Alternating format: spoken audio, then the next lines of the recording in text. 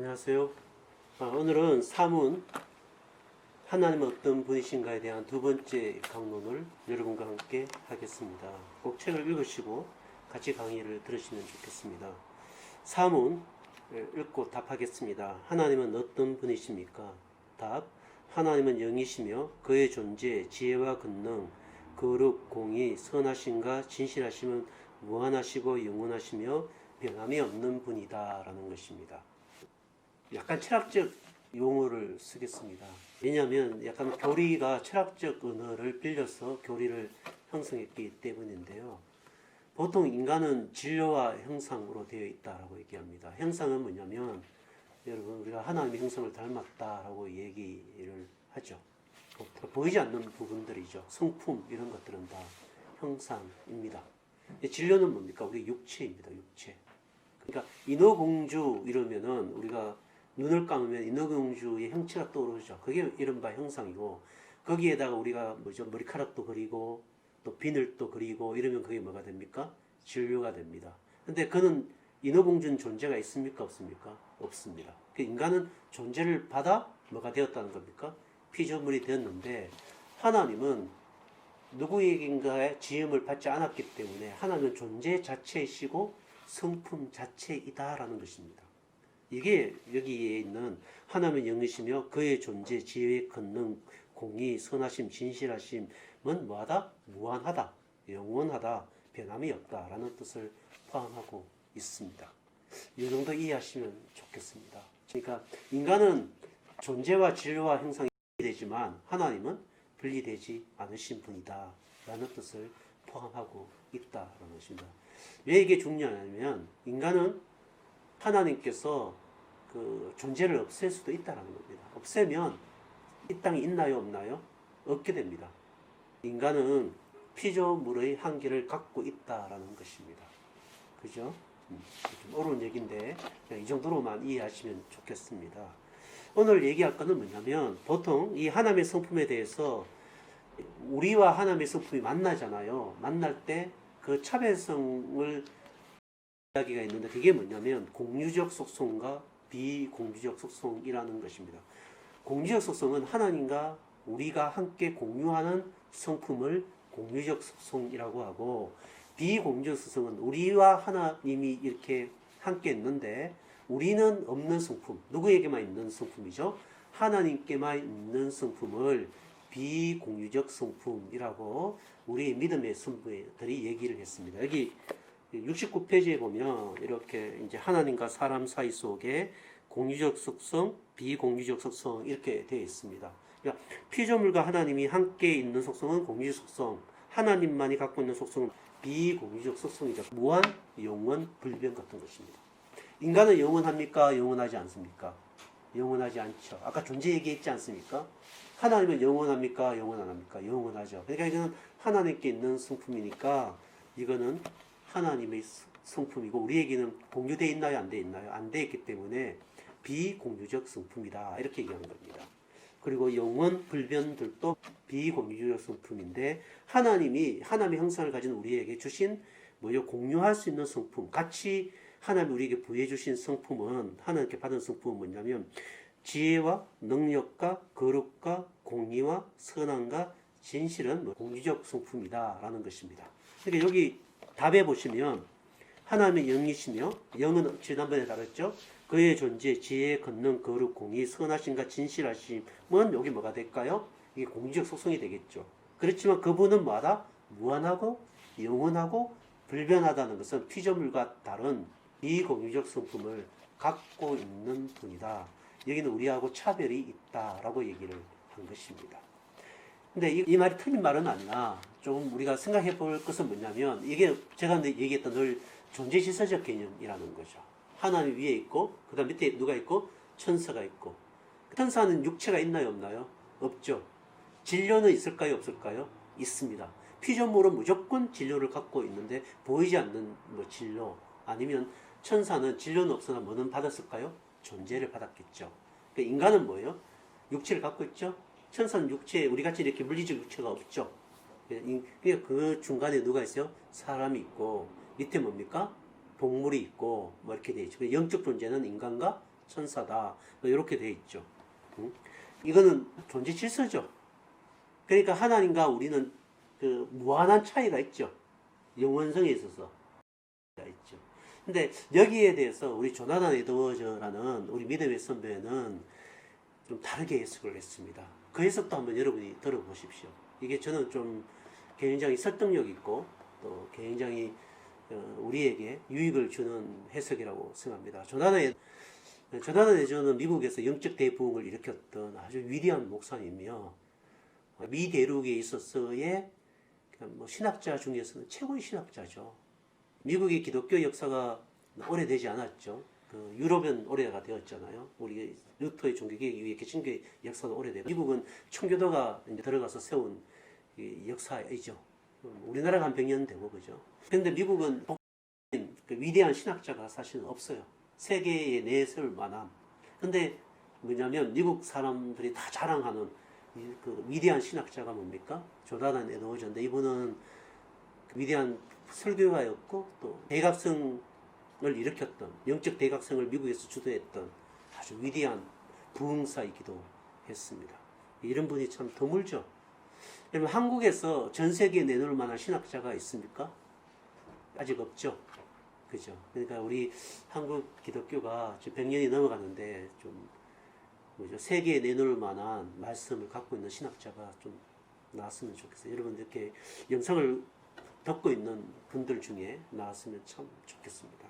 근데 이 조나단 에드워즈 목사님이 뭐라고 얘기하셨냐면 하나님과 우리 사이 속에는 공유적 속성, 비공유적 속성이 없다라고 얘기를 했습니다.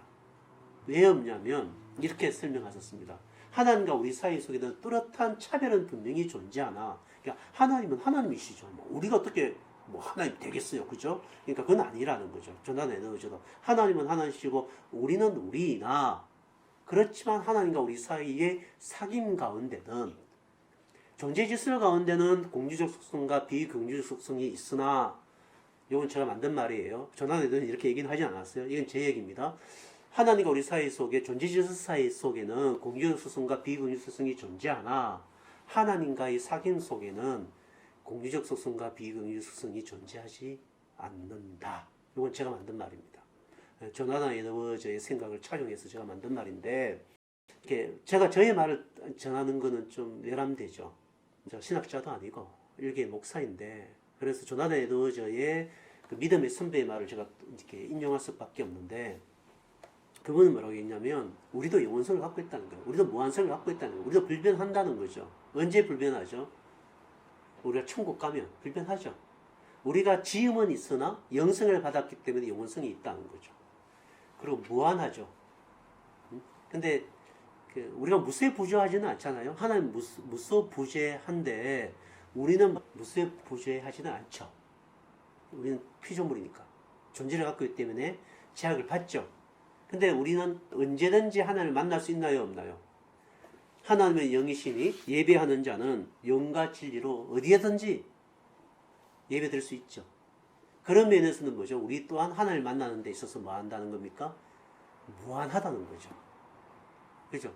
공간적인 한계는 있지만 아까 그래서 제가 말하겠죠. 존재 질서 안에서는 공유적 속성과 비공유적 속성이 존재하나 하나님의 사귐 안에서는 공유적 속성과 비공유적 속성이 존재하지 않는다. 이건 제가 해놓고도 참 제가 잘했네요. 이 말을.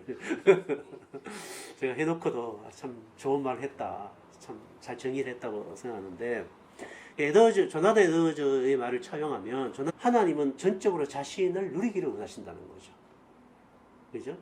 하나님 충분히 하나님 자신의 영광을 피조물이 마음껏 누리시기를 원하신다면 하나님이 우리와의 차별성을 두지는 않는다는 거죠. 어디에서? 하나님과 우리의 사귐 가운데는. 그죠? 그래서 하나님은 우리에게 뭘 부여하셨다? 영원성을 부여하시고 무한성을 부여하셨으며 불변성을 하나님은 우리에게 부여하시기를 즐거워하셨다. 그래서 조나단 에드워즈의 말을 이렇게 조금 더 차용하면 하나님과 우리 사이 속에는 질적인 차이는 속성상에 존재하나 우리의 사랑은 제한적이지만 하나님의 사랑은 영원하잖아요. 질적인 차이는 존재하나 모든 속성은 공유된다 라는 것이 조나단 에드워즈의 언어였어요. 근데 저는 그 말이 너무 좋았어요. 그래서 제가 이제 이걸 갖고 와서 말을 여러분에게 이렇게 바꾼 거죠. 존재 질서 안에서는 공유적 속성과 비공유적 속성이 존재하나 사귐 가운데서는 공유적 속성과 비공유적 속성이 존재하지 않는다. 제가 해놓고도 정말 좋네요. 이 말은. 근데 어떻게 이게 가능하게 됐을까요, 여러분? 하나님이 자신의 사귐 관계 안에서는 우리가 존재 질서가 아니라 존재 질서는 있지만 하나님과의 관계 속으로 들어가면 모든 것이 관계 질서로 바뀐다고 했잖아요. 하나님 그렇게 하기를 원하시고 이런 인간의 그 존재 질서 안에 있는 공유적 속성과 비공유적 속성을 어디 안에서 철폐했을까요? 예수 그리스도 안에서 철폐했다는 것입니다. 제가 해놓고도 기가 막히네요. 원래 저는 저를 칭찬을 자주 합니다. 이해하시고 여러분 들으셔야 됩니다. 이거. 저는 저를 칭찬해야 용기를 받습니다. 여러분이 칭찬 안 해주시기 때문에 저는 스스로 칭찬하고 막 이래야 됩니다. 그게 예수 그리스도 안에서 하나님은 이렇게 극복했다는 거예요. 여러분 하나님의 전능성 봅시다. 하나님이 너무너무 전능하시죠. 천지 창조를 하신 전능성을 갖고 있죠. 이 천지 창조 속에 하나님의 영광을 집어넣었죠. 막 산들도 꽃들도 바람도 해와 달도 하나님의 영광이 막 빛나도록 하나님은 창조를 하셨는데 그 창조의 능력 가운데는 아담은 죄를 범함으로 그 창조 안에 있는 하나님의 전능성을 경험할 수 있습니까? 없습니까? 그 영광의 전능성을 경험할 수가 없는 것입니다. 그렇다면 하나님의 전능성은 어디로 발현됩니까? 하나님이 너 나와 사귀자 이래갖고 말이야 온 우주를 만들어 놓고 나 너를 이만큼 사랑해 이러고 막 사귐을 들어오셨는데 아담이 죄를 범함으로 그 사귐을 깨뜨리는 거죠. 그러니까 하나님이 영원한 사귐을 우리에게 주시려면 그 영광의 사귐을 주시려면 누구를 보내야 합니까? 예수 그리스도 하나님의 아들을 보내야 되는 것입니다. 이것이 하나님의 전능성이라는 것입니다. 예수 그리스도 그분께서는 그 전능성을 어떻게 발현하셨습니까? 인간의 육체를 입으신 거죠. 엄청난 전능성이죠. 근데 사람은 하나님께서 우리와 하나 되기 위하여 예수 그리스도께서 육체를 입었다. 이걸 전능성으로 해석 안 해요. 뭐로 해석하죠? 연약하게 되었다. 하나님은 굉장히 나약하다. 하나님은 능력이 없나 보다. 여러분 하나님께서 우주 전체를 없애버리고 인간 다 없애버리고 인간을 새롭게 지을 수도 있어요. 그 정도로 전능하신 분이에요. 노아 홍수 때문에 그냥 물로 다 심판해버리죠. 근데 하나님은 그렇게 하지 않았다는 거예요. 자신의 전능성을 어디에 표현하셨죠? 예수 그리스도 안에서 전능성을 표현하신 것이죠. 그래서 그분께서 육체를 입고 오시고 십자가에 죽으시고 부활하심으로 우리의 죄를 완전하게 속죄시켜버린 완전 속죄시켜버리는 전능성을 어디에서 발휘하신 거죠? 십자가 안에서 발휘하심을 통하여 공유적 속성과 비공유적 속성을 다 철폐해버렸다는 거예요. 그러니까 하나님의 전능성이 어디에 있는 거예요? 십자가에 있는 거죠. 우리 인간은 하나님을 만날 수 없죠. 죄인 어떻게 하나님을 만날 수 있겠어요? 그 무한하신, 질적으로 무한하시고 시간적으로 무한하시며 공간적으로 무한하신 그분을 우리는 만날 수가 없죠. 만나면 죽는데 뭐. 하나님의 영광을 보고 살 자가 어디 있어요, 구약에. 그런데 예수께서 하나님과 우리를 영원토록 만날 수 있도록 그리스도의 십자가의 의로 말미암아 나아갈 수 있도록 했죠. 사귐의 무한성, 이걸 누구에게 주신 거예요? 예수 그리스도로 말미암아 우리에게 하나님이 주신 거죠. 그리고 영원토록 사귀도록 영원히 즐길 수 있도록 하나님께서 우리에게 나타나시죠. 예수 그리스도 통하여 이 영원성을 우리에게 부여하시죠. 그리고 우리는 살아서 예수를 믿으면 영원히 살겠고 죽어도 영원히 사는 영원성을 누구 때문에 부여받은 거예요? 예수 그리스도를 말미암아 부여받아 그 영광스러운 하나님의 영광을 무한히 즐길 수 있도록 우리에게 초청하신 것입니다. 그래서 예수 그리스도를 통하여 우리를 완전히 하나님의 영광을 누릴 수 있는 관계 질서 안으로 하나님의 행복 안으로 우리를 초청하셨다라는 것입니다. 그러므로 우리에는 예수 그리스도 안에서 하나님을 마음껏 누릴 수 있고 즐겁게 누릴 수 있는 이미 하나님의 영으로 나타나심을 온전히 누릴 수 있도록 예수 그리스도 안에서 하나님께서 완전히 해결하셨다는 것입니다. 중세에 보면 하나님 만난다고 동방정교회가 제가 가봤는데요. 막 저 절벽 위에 동굴을 파갖고 말이죠. 거기에 막 수도성이 들어가요. 수천 년 동안 죽으면 해골돼갖고 이렇게 성인의 유골이다 이러고 모아요. 막 유골 해골이 수백 개, 수천 개, 막 거기에 몇 명이 들어갔는지 막 누굴 만나려고 막 하나님 만나려고 막 그렇게 가요. 여러분 우리 기독교는 그런 게 아닙니다. 물론 특별한 사람들이 하나님과 아주 깊은 사귐을 하기 위해 거기 들어갈 수 있어요. 저는 인정합니다만 여러분 그것이 유별난 거나 탁월한 것은 아닙니다. 꼭 그렇게 해야만 하나님을 만날 수 있는 것은 아닙니다. 우리의 일상의 삶, 설거지를 하든 버스를 타든 밥 한 끼를 먹든 내가 기도하면 영이신 하나님을 내가 만날 수 있는 것이며 성령으로 말미암아 그리고 하나님 말씀인 진리로 말미암아 성경을 읽을 때 하나님의 그 성령으로 그 말씀을 우리에게 비춰주심을 통하여 하나님의 사귐 안으로 충분히 하나님을 누릴 수 있도록 하는 것입니다. 특별한 하나님의 만남을 위하여 우리가 금식할 수 있습니다. 저도 금식을 합니다. 특별한 하나님과의 깊은 사귐에 집중하기 위하여 시간을 내어 우리가 기도원에 들어갈 수 있고 또 우리가 그 집중적인 시간과 수련회를 우리는 분명히 가져야 합니다. 하루 종일 주님 앞에 마음을 모으는 그런 영적인 시간들, 하나님을 만나는 시간들이 우리의 일상 속에 필요합니다. 그러나 영이신 하나님은 에바의 산과 그린산도 아니고 사마리아도 아니고 예루살렘도 아니고 예수 그리스도 이름이 있는 어디든지 우리는 하나님의 영광을 하나님을 만날 수 있습니다. 누구 때문에? 예수 그리스도 때문에 만날 수 있다라는 것입니다. 여러분 너무 좋으신 하나님이시죠? 그죠? 그러므로 여러분 하나님은 우리가 충분히 신뢰할 만한 분이며 우리의 행복의 근원이십니다. 이것이 바로 사문에서 하나님은 누구시냐에 대한 질문과 답입니다. 문과 답을 한 번 더 읽고 사문을 마치도록 하겠습니다. 하나님은 어떤 분이십니까? 하나님은 영이시며 그의 존재, 지혜와 권능, 거룩, 공의, 선하심과 진실하심은 무한하시고 영원하시며 변함이 없으신 분이십니다.